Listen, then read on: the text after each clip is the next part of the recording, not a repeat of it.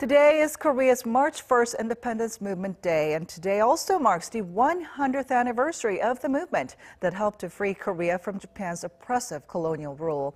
For more on this, let's connect to our Blue House correspondent Hwang Hojun at the Presidential Office Press Center. So Hojun, the ceremony is taking place just a day after the second Kim-Trump summit in Hanoi, and there must have been a lot of pressure on President Moon Jae-in as he gave his first public address since yesterday's dramatic scenes.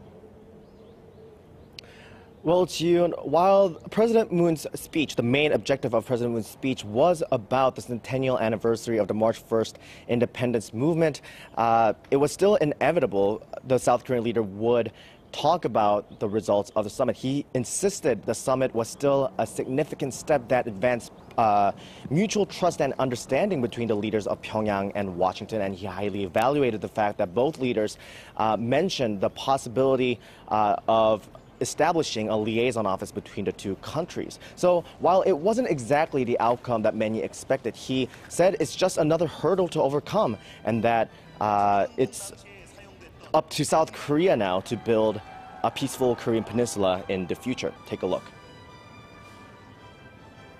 이제 우리의 역할이 더욱 중요해졌습니다.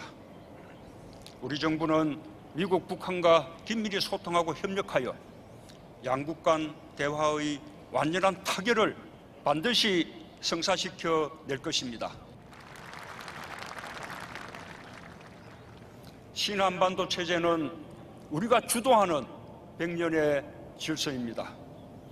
국민과 함께, 남북이 함께 새로운 평화협력의 질서를 만들어낼 것입니다. Citing the many crises throughout modern Korean history, such as the colonization of the nation, the 1950-1953 Korean War, and its past of poverty and dictatorship, President Moon asserted permanent peace on the Korean peninsula will be firmly settled only when Korea surmounts many critical junctures. Now, President Moon said he will continue efforts to normalize Pyongyang-Washington relations and consult with the U.S. on ways to jumpstart inter-Korean economic cooperation, such as the resumption of tours to Kumgangsan Mountain and restarting operations at the Kaesong Industrial Complex. President Moon also stressed the importance of national unity as well, which could be seen as a jab at his political opponents. He said such ideological stigmas were tools used by Japanese imperialists to divide the Korean people. He noted that the use of the word, quote, Reds within political circles is another kind of, quote, Red Scare. And according to President Moon, the term is a vestige left by pro-Japanese collaborators, which must be stamped out as quickly as possible.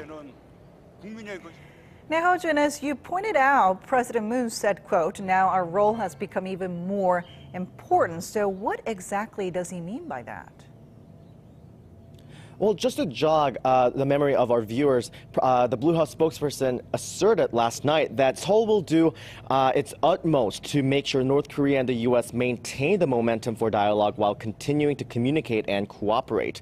And when President Trump called his South Korean counterpart last night en route to Washington, he urged President Moon to talk to Kim Jong-un and to also let him know about the conversation. President Moon, in return, proposed to President Trump that they meet in person in the near future to continue in-depth discussions on the matter. So it seems the South Korean president will have to actively take up the role of mediator once again. Jiyoon.